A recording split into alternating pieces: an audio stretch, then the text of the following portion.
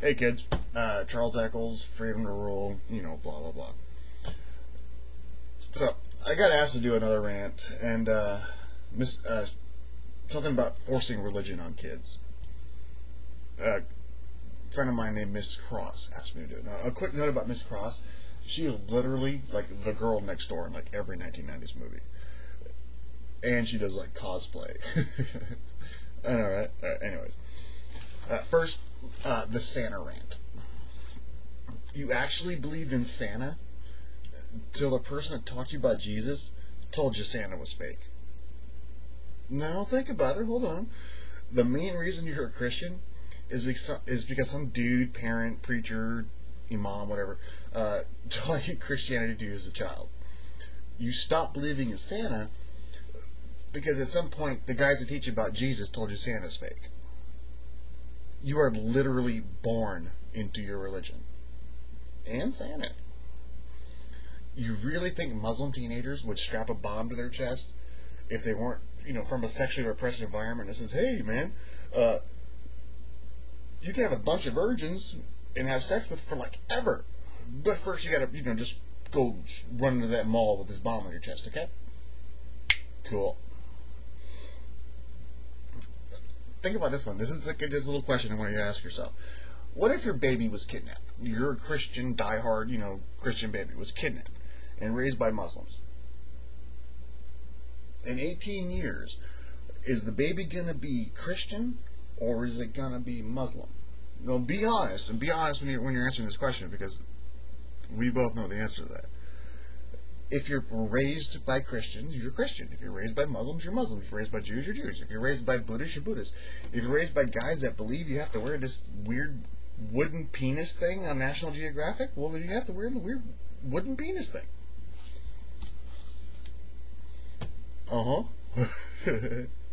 Yep, you're taught religion by mankind. You believe in the religion crap, you believe it because you were not taught by a Muslim. You think you're Christian because you weren't taught by a Muslim. And you give them money to teach you this crap, too. That's the best part. Yeah. The parents rant. Alright, check this out. It's literally your parents' fault, or the people that raised you, that you believe in magic and fairy tales. Kind of scary when you think about it. See, as a child, I looked up to my tweaker parents. My parents were tweakers. Oh, fun fact about Rob, okay. Then I found out that they believed in like meth and magic talking snakes.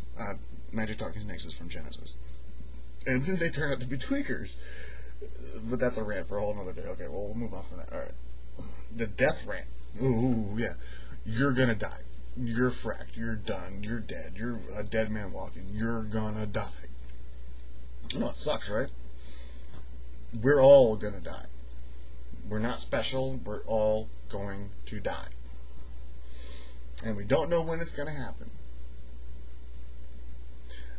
And that sucks, because we're important. And the thought that we just stop, that sucks like huge, giant fucking monkey balls. That's horrible. Because we're important. And stuff. And you know what? Let's invent a heaven, and then pay guys 10% of our money to tell them that we're going to be okay after we die. Yeah. Or, if you want to go back 1,000 years, let's invent a heaven that says, hey, if you kill the rich, you're going to burn in hell forever. But that's a whole nother rant, too. The guys that teach religion, they make billions off you believing in this stuff. They make billions off you believing that you're special. You pray, and you're doing something important because you're praying. Meanwhile, the doctor is putting a mechanical leg on an amputee that for some reason God can't heal, even though God says, whatever you pray for, I can do. If you have just a mustard seed of faith, I can move a mountain, but I can't do amputees. Sorry about that. Now imagine if you really believe if you throw a rock high enough, you can break the sky. Imagine if you believe in a magical being that makes sure you get to eat today. Imagine if you really believe you have to sacrifice animals so you can eat this year. Now let's write a Bible that kings like because it makes the slaves feel better. And it gives those Jew dudes hope. That's the Torah joke, by the way. Anyways. Never mind that the Bible's authors, they never went more than like 500 miles from the place of origin of the Bible. Really? Google it. Yeah, so yeah, you're going to die. And you're giving 10% of your money for people to tell you, oh, you're going to be fine, dude. Don't worry about it. You're going to be, don't worry, man. You'll be fine. You can just put a check in the collection box. That's okay. Now, you really believe there's a magic dude upstairs that knows everything from the beginning to the end, down to the hairs on the top of your head. And there's a monster down there that really wants to mess you up. And it's his fault that everything bad happens. I mean, it can't be your fault, right? No, that's bad. No. It's the monster's fault. It's the devil, the jinn, the genie, whatever you know, Satan, Lucifer, whatever. It's that dude down there. It's his fault. It's that magic guy over there's fault.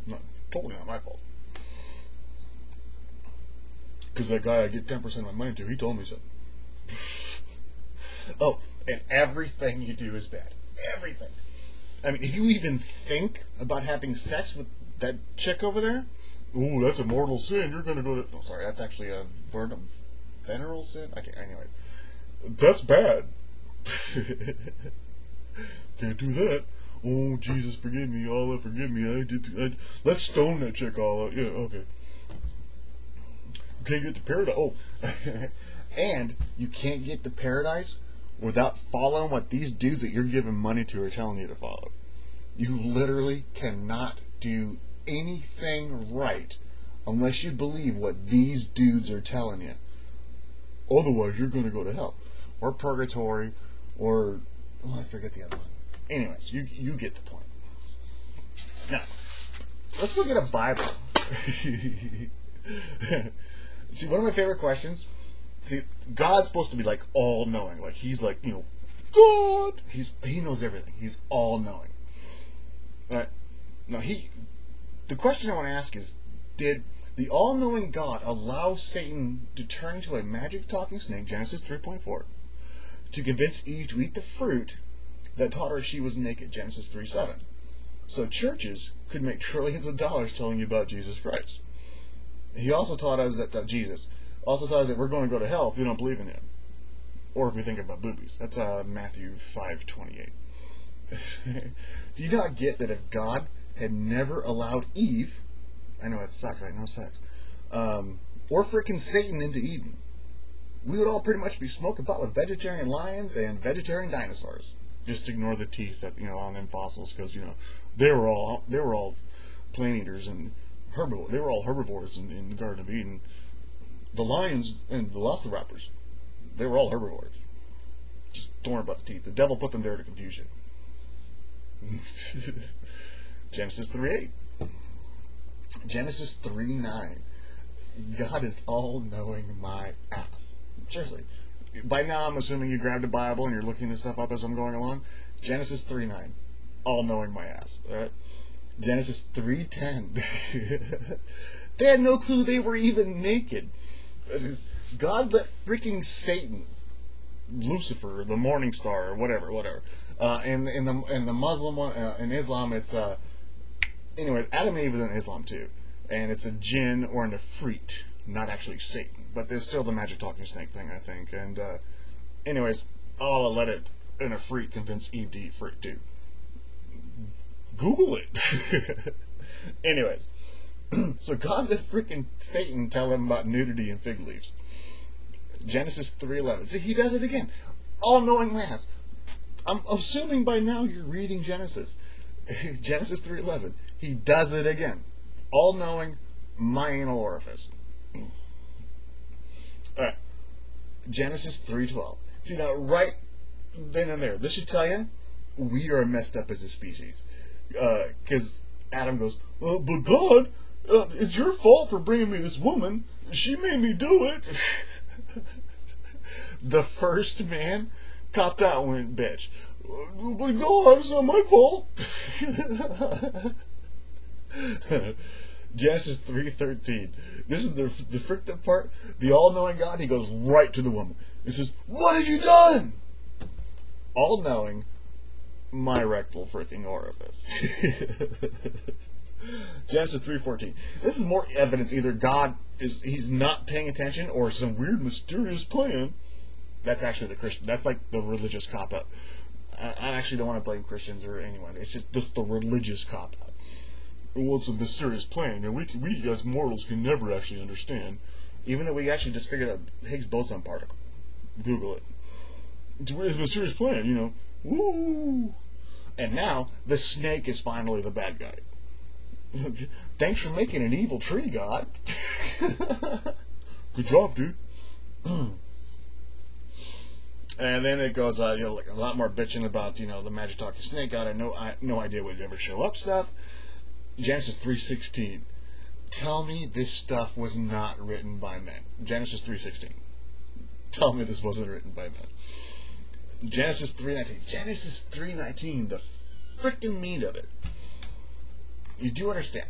If God never let Satan into Eden, no Genesis 3:19.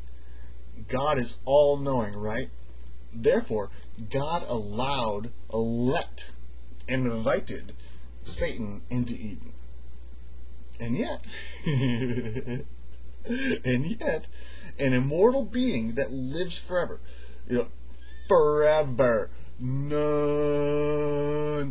forever, spends 33 years on this planet. And, like, 1 day on a cross and 3 days dead. Here's a real fun fact. Jesus apparently died and went down into hell, Hades, or whatever Zeus called it at the time. Or was it Odin? Anyways, whatever the Roman gods were at the time, Jesus apparently went down into Hades. I'm sure it's Hades. And said, I am, and he preached to the dead people down there. But that's not in the Bible, so don't worry about that. It's a whole other thing you don't want to think about. So anyways, if God never let Satan into Eden, no Genesis 3:19. Or mosquitoes. God's all knowing, right? Alright.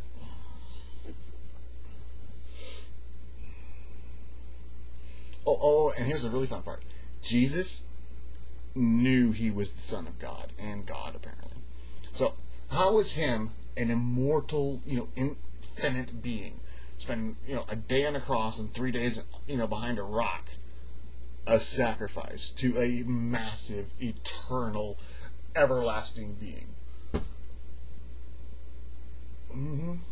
Blink. That's longer than Jesus has been around. Blink. Jesus has been around forever. Anyways, alright. Do you read the same book? Because it's kind of an honest question.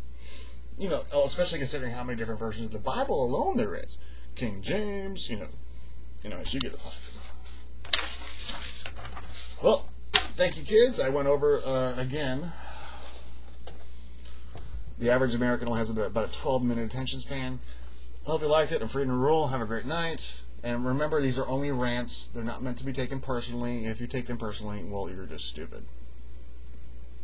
Tinker.